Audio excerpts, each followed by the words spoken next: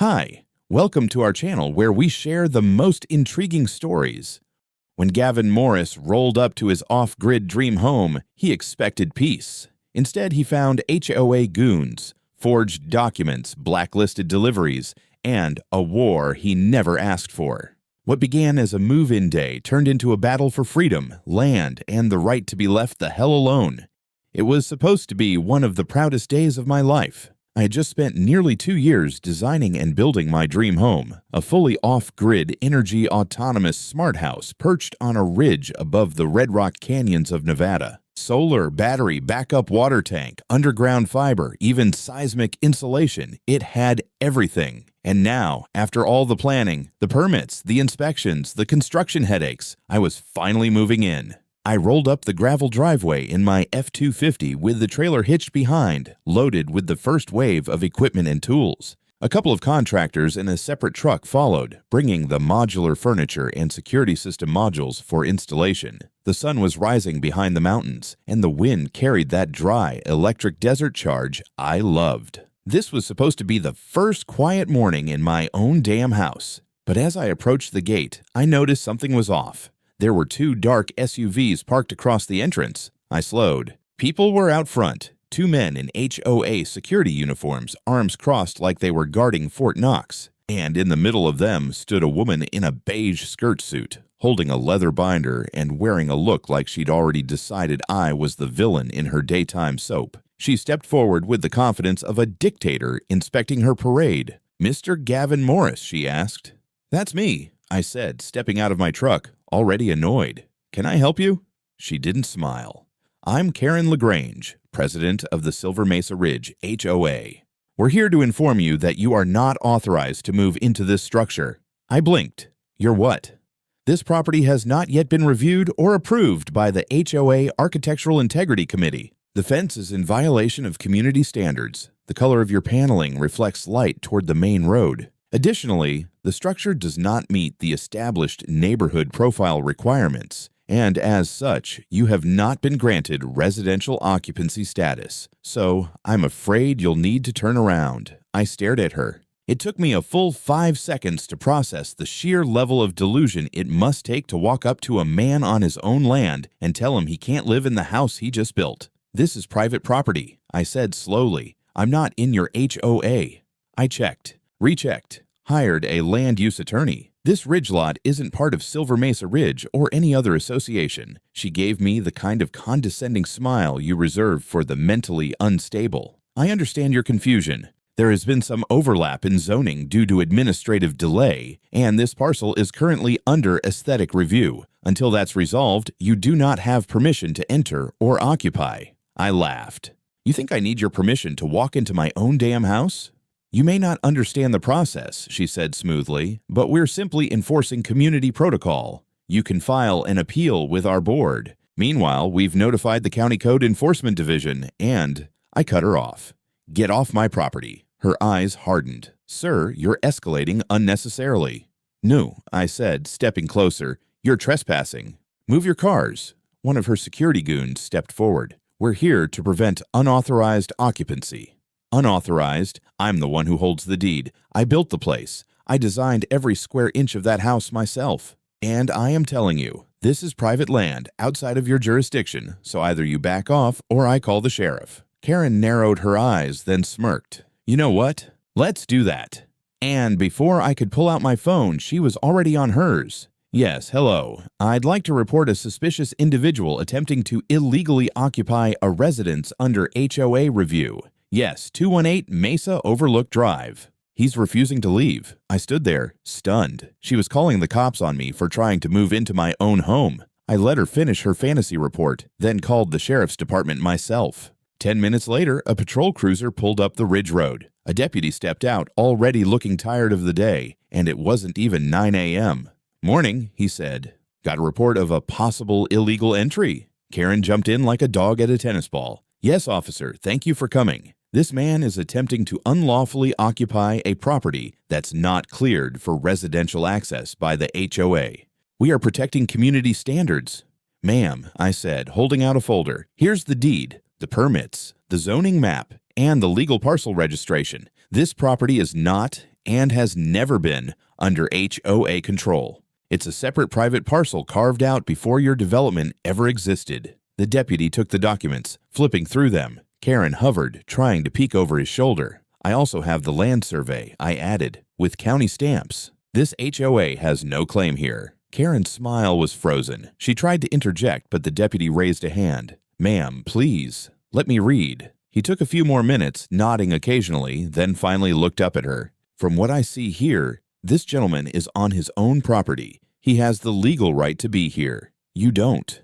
That's absurd, Karen hissed. Look at this map. This lot borders our community, and our agreement says, your agreement doesn't apply here, the deputy said flatly. You're trespassing. I'm going to need you and your people to clear out. Karen's jaw clenched. Her security detail hesitated, but she gave them a nod and they got back into their vehicles. She lingered one more second, locking eyes with me.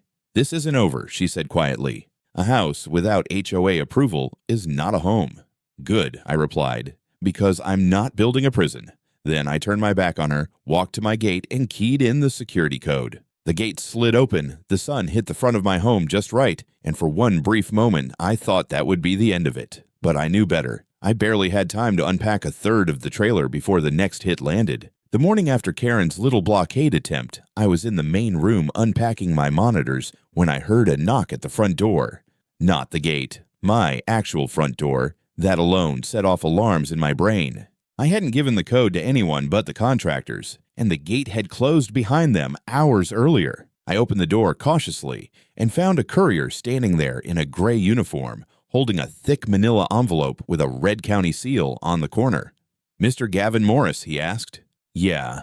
You've been served. He handed me the envelope, had me sign something on his tablet, and walked off like it was just another Tuesday. I closed the door, opened the packet, and immediately felt the tightening in my gut that only government language can induce. It was a letter from the Clark County Office of Land Management, notifying me that my property was under preliminary review for annexation into a neighboring homeowners association due to adjacent community development harmonization. I sat down.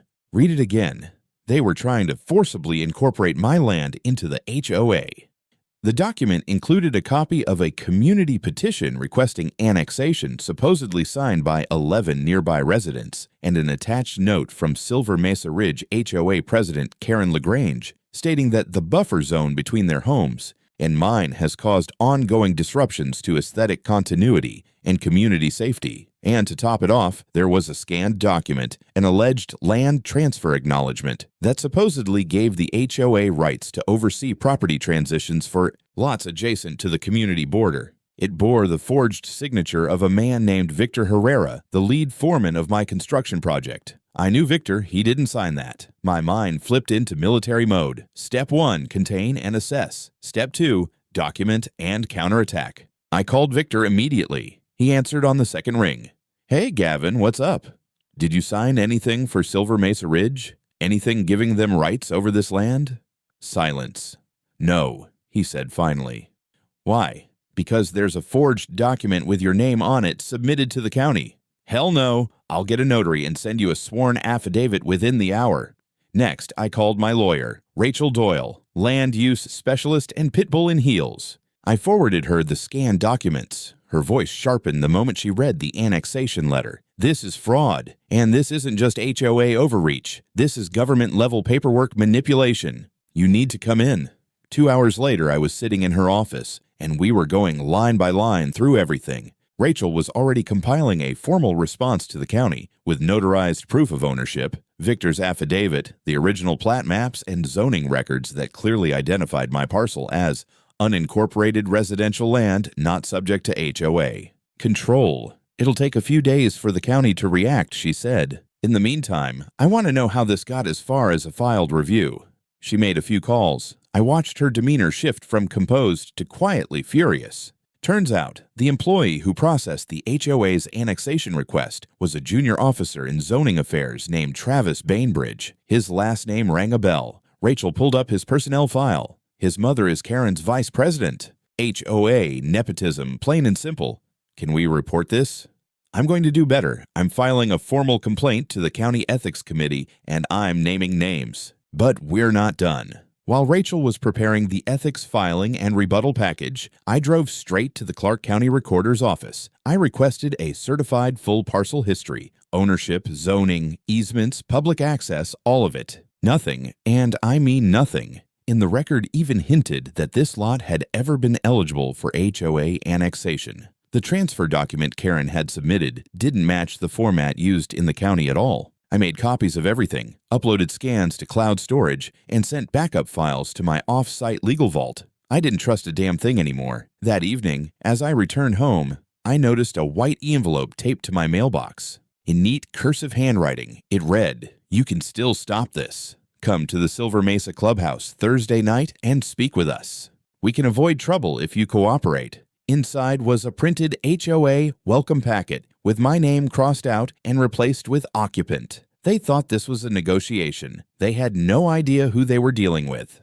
The next 48 hours passed like trench warfare. After Rachel filed the formal rebuttal and ethics complaint, I tried to focus on settling in, setting up the server rack, testing the backup battery system, connecting my rainwater monitor. But the hum of productivity kept being broken by pings, calls, and new obstacles. It started with a delivery cancellation, then another. My new fridge, custom-built, energy-efficient, made to integrate with my smart system, was scheduled to arrive Tuesday. I got a voicemail that morning from the supplier. "Hi, Mr. Morris. Regretfully, we've been advised by a local community representative that your address is currently under review by a neighborhood association, and until the matter is clarified, we cannot proceed with delivery. Liability concerns. Apologies for the inconvenience." I called them back and explained everything, sent documents, even offered to have my lawyer call. The rep was sympathetic, but firm. "We've had contractors blocked before on these ridge lots. It's not personal, it's just too risky for our guys if someone from that HOA decides to escalate on site. Internet installer, same story. Security system tech, canceled pending clarification of jurisdiction. This wasn't a coincidence. It was a coordinated freeze-out. I called Rachel again. "They're cutting me off," I said. "Blocking vendors. They're trying to force you out by isolating you," she replied. "Harassment by proxy, classic HOA choke tactic. But it's actionable. Keep records of every vendor that refuses. Get everything in writing." That afternoon, I got a call from someone named Don Keever, owner of a local HVAC company I'd contracted for installation. I braced for another cancellation, but this time it was different. "Hey, Gavin," he said. "Look, I got a call from someone named Karen LaGrange. She said my guys would be trespassing if they set foot on your land. I told her to take a hike. But now my office is getting calls, bad reviews, and we just had someone call the state inspector's office on us. They're retaliating? I've got a family to feed, man. I'm just giving you the heads up. I'm out unless this blows over." I thanked him, hung up, and walked outside to clear my head. That's when I noticed something stuck to my front gate. A flyer, laminated, HOA letterhead, unapproved structure. Alert. Residents are advised that the building at 218 Mesa Overlook Drive is currently under HOA review and may be subject to future demolition if found non-compliant with Silver Mesa Ridge standards. Deliveries and contractors are advised to confirm status with HOA board prior to entry. They were publicly threatening to demolish my house. I took the flyer down, scanned it, then hopped in my truck and headed to the Silver Mesa Ridge Clubhouse. Enough of this cloak and dagger nonsense. I wasn't going to play passive while they posted eviction notices on something they didn't own. But when I pulled up to their clubhouse, a granite-clad fortress with fountains and a valet lane, I was stopped at the gate by two rent-a-cops in matching windbreakers. One held up a clipboard. "Name and residence?" I said. "Gavin Morris, property owner on Mesa Overlook." The guard frowned. "You're not on the guest list. I'm here to speak with Karen LaGrange. She invited me. Thursday evening meeting." He made a show of pretending to scroll through names. "You're not approved for entry. HOA members only." I leaned forward, keeping my voice cold. "Tell Karen that the man she tried to illegally annex, sabotage, and isolate just showed up at her doorstep, and she's too cowardly to let him through the gates." He stepped back. I could see him speaking into his radio. A few minutes passed before the other guard returned. "Ms. LaGrange says all communication must be through legal counsel." I laughed out loud. "Cowards," I said. "Put it on the record. I attempted peaceful contact." "Denied." I reversed down the hill and drove straight to the Las Vegas Register-Journal regional office. I didn't pitch them a story. I showed them documents, the forged petition, the false annexation claim, the block deliveries, the HOA flyer threatening demolition. The editor leaned back in his chair and said, "You mind if I forward this to our legal desk and zoning correspondent?" "Forward the hell out of it," I said. "Make it loud." By that evening, my phone lit up with a request for a statement. 2 other reporters reached out. Rachel advised me to stay tight-lipped on specifics until the county review concluded. But the fact was, this thing had just gone public. I poured a drink that night and stood on my porch looking at the ridge. Somewhere behind those lights sat a woman who thought this was a battle of patience. She thought isolation would work. She was dead wrong. The morning after the article went live, I knew the gloves were officially off. The piece wasn't front-page material, but it ran on the Register-Journal's digital homepage under the headline, "HOA attempts to annex property, threatens demolition of off-grid home." It cited anonymous sources, county records, the ethics complaint, and screenshots of the demolition flyer. The tone was neutral, but the implication was clear. Silver Mesa Ridge had overstepped in a big way. That morning, I got 3 calls from strangers. First was a woman named Belinda, who lived 2 streets over in the HOA. "I just wanted to say thank you," she said. "Most of us hate the board, but nobody ever stands up to them. We thought your house was part of the community until this blew up.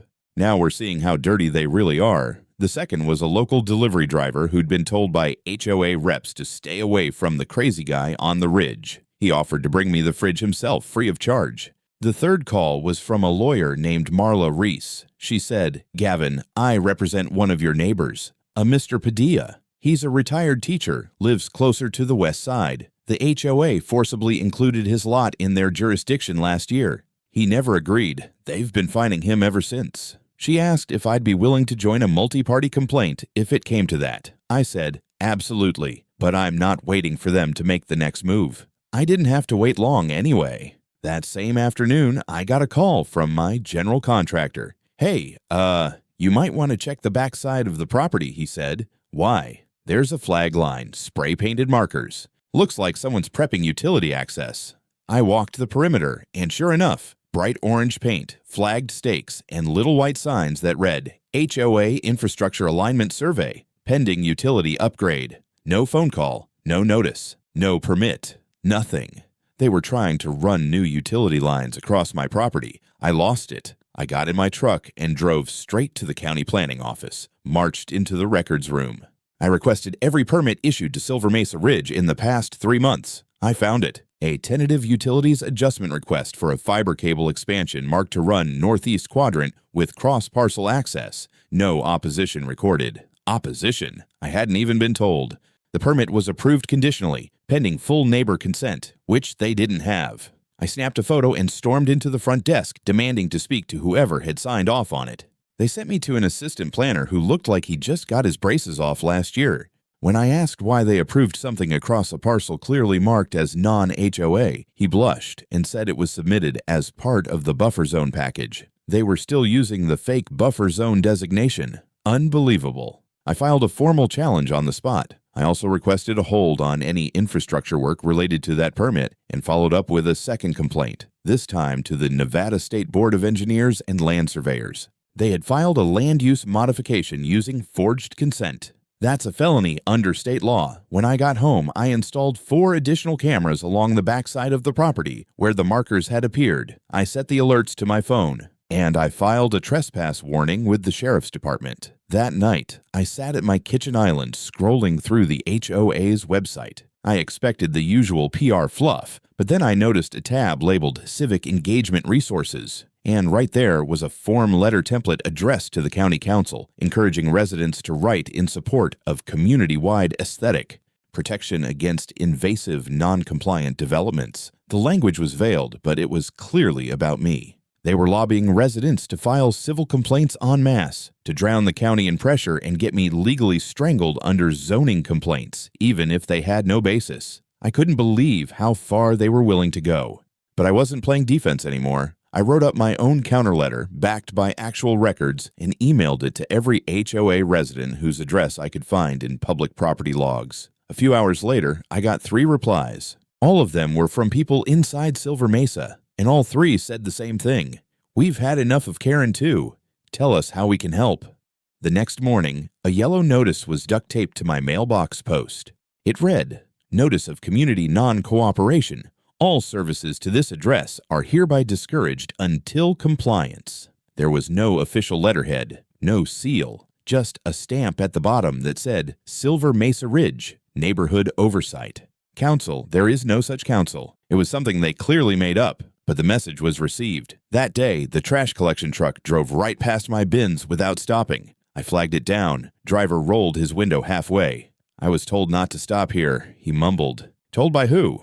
"HOA lady said this place was disputed. Same with the pest control company I'd scheduled for a bi-monthly spray. I called them after they ghosted my appointment. Mr. Morris, we were advised that your property was undergoing a zoning dispute. We don't service disputed lots without a waiver." Then the kicker. Amazon driver pulls up mid-afternoon, gets out of the truck, looks at my address, looks visibly uncomfortable, and just leaves the package on the edge of the road, 40 feet from the gate. I walked out, took it from the dirt, and shook my head. They were choking my home, so I stopped being nice. I made 20 phone calls that day. First, I contacted my security monitoring company and had them upgrade the perimeter sensors to full live feed mode, so if anyone crossed into the property, I'd get pinged instantly with footage, day or night.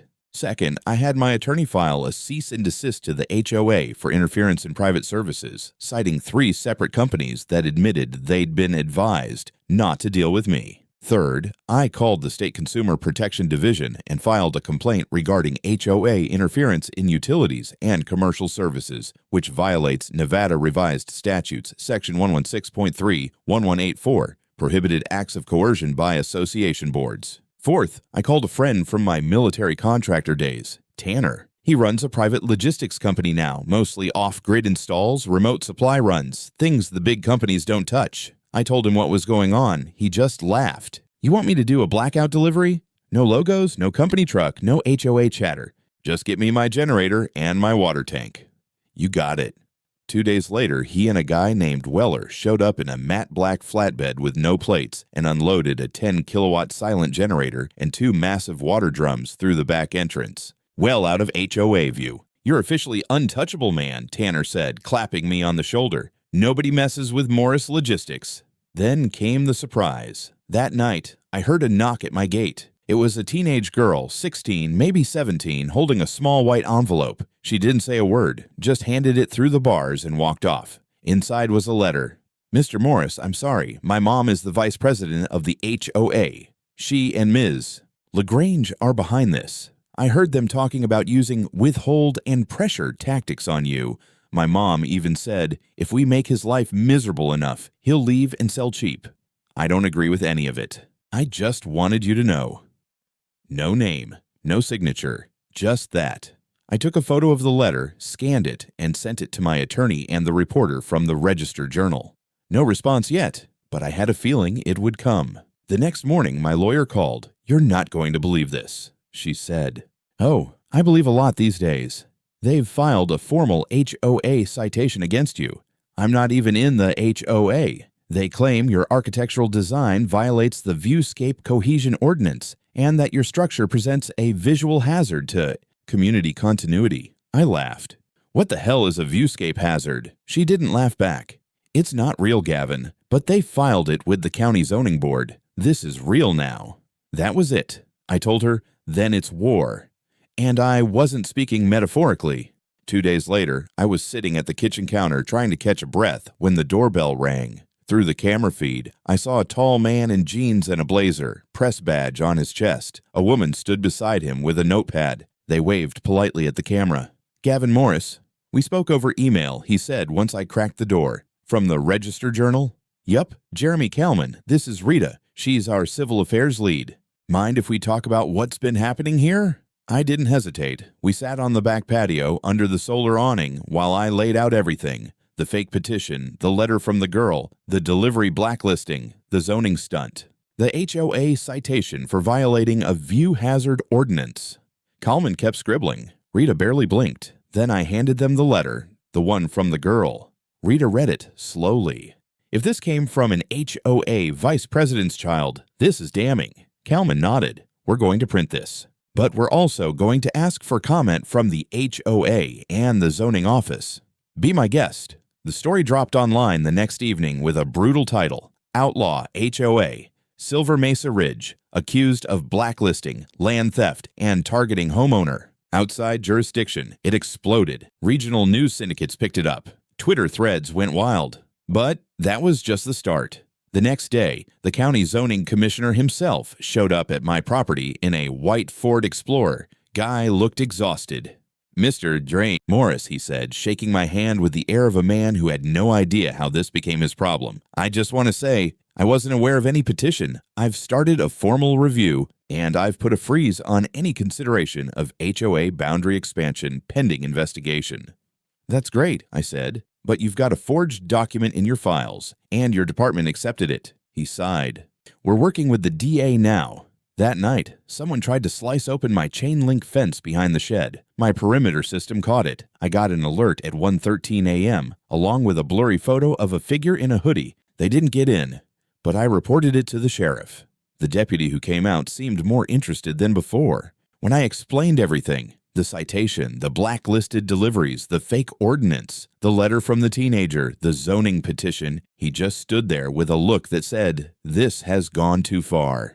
I'm going to file a full report, he said. This is getting serious. 2 mornings later, I got a subpoena. Not for me. For Karen LaGrange, issued by the Clark County Civil Court, requesting her appearance for a hearing on allegations of fraud, harassment, and abuse of HOA authority. I nearly smiled reading it. That same afternoon, I pulled up to my gate and found another notice taped to it. But this one wasn't yellow. It was white, official, and stamped by the Nevada Secretary of State. To the HOA Board of Silver Mesa Ridge, a preliminary audit has been initiated in response to multiple citizen complaints, suspected procedural violations, and alleged document falsification. All HOA business operations are subject to immediate review.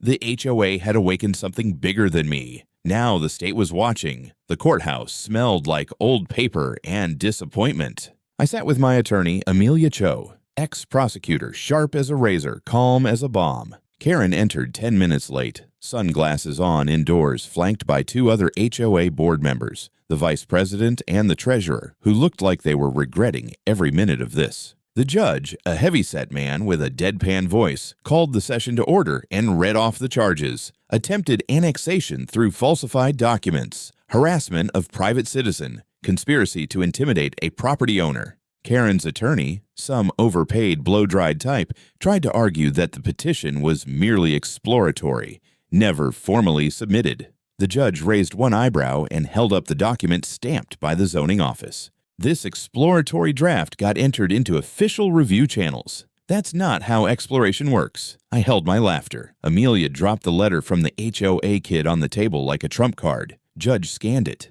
Is this real? The original is in the hands of the district attorney, she said.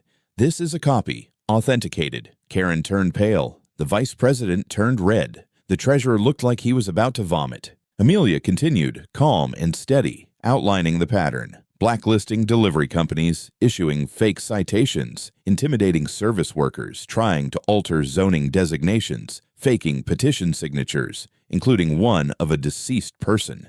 The judge looked visibly angry by then. We'll be scheduling a formal evidentiary hearing, he said, and I recommend that the HOA retain criminal counsel because this is looking a lot like fraud. As we left the courtroom, a local news van pulled up. They weren't even discreet. Karen tried to walk fast. A reporter called out, "Ms. LaGrange, is it true you forged documents to expand the HOA?" She didn't respond, but her board treasurer muttered under his breath, "This is all going to hell." Later that night, I received an email from an anonymous address. One line only. "You should have just joined the HOA. Now you'll lose everything." I forwarded it to Amelia in the sheriff's office. An hour later, my floodlights went on. Motion sensor, front yard. I checked the cameras. Nothing visible. No face. No car. But the implication was clear. Next morning, one of my solar batteries was sabotaged. Someone had sprayed corrosive fluid on the lower panel array. Minor damage, but intentional. I reported it.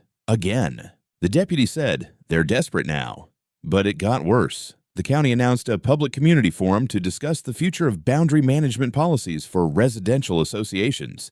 A town hall, HOA board members, journalists, zoning officials, residents from both sides, and me. Karen showed up early, wearing pearls, gripping a clipboard like it was a weapon. This wasn't over. It was going public. The community hall was packed like a hornet's nest that had just been kicked. I stood near the back at first, observing. HOA members clustered near the front rows like they were attending a royal gala. Karen sat dead center, legs crossed, pearl necklace gleaming, face frozen in some bizarre mix of smugness and anxiety. The county moderator tapped the mic. Today's forum will focus on homeowner boundaries, HOA authority limits, and the issues surrounding the disputed zone near Silver Mesa Ridge. They might as well have just said my name. When it was my turn to speak, I didn't waste time. I pulled out 3 blown-up aerial maps, one from county records, one from the construction phase, one taken 2 days prior. This, I said, pointing to the red line on each, is my property. It has always been my property. I paid for the land. I built the home. And I've endured harassment, false claims, vandalism, and intimidation for months. A few people clapped. Karen scowled. I continued. HOA Silver Mesa Ridge attempted to forcibly integrate my land using falsified petitions and collusion with a zoning official who turned out to be the son of their vice president. Gasps. I dropped copies of the fake documents on the table, each one marked by a forensic document examiner. Karen stood up suddenly. This is a smear campaign. He's lying. Sit down, the moderator snapped, but she didn't. She turned toward the audience. We were trying to protect the character of the neighborhood. That house doesn't match our architecture. Someone in the crowd shouted, "It's not your land." Another followed, "You forged my late wife's signature, you monster." Dead silence. Then murmurs. The county board members whispered among themselves. One stood. Due to the severity of these allegations, and based on evidence already submitted to the district attorney's office, we are moving forward with a full criminal investigation into the conduct of the HOA board. Karen finally sat down.